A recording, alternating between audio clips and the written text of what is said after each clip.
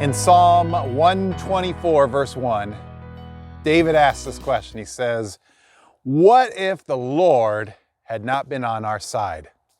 And then he continues in the psalm, listing the things of what would happen if God was not on his side.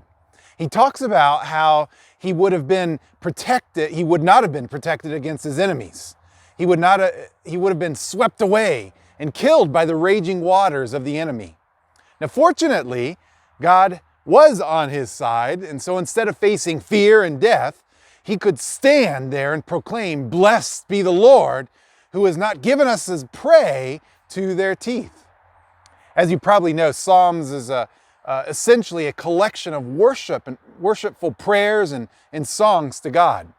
And it seems a little strange to go hypothetical in a Psalms, but ultimately, thinking this way is very helpful. It helps you see that just how bad things could be if God was not on your side. It also helps us not take for granted the amazing work that God has done in saving us. And so maybe you need to spend the first few minutes of your prayer time today thinking about the same kinds of thoughts that David thought about in this psalm. What if God had not been on your side? What if you had never put your faith in him? What if you had not been saved by him? Where would you be? Or perhaps even more scary, where would you end up? Now, hopefully this kind of thinking is going to help you see that God's salvation is great, and it's going to prompt you to more gratitude in your life.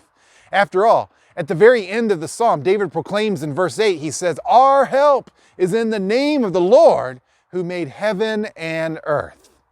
So let me ask you, do you recognize that as well in your own life?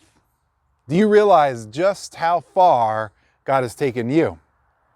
Years ago, Stephen Curtis Chapman wrote a song titled "Remember Your Chains."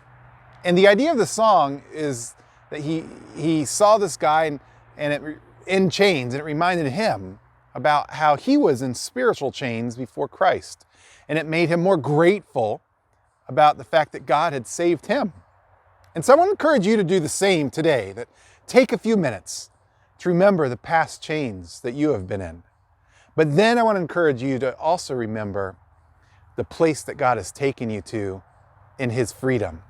Because now, as Paul says in Romans 8:31, if God is for us, then who can be against us?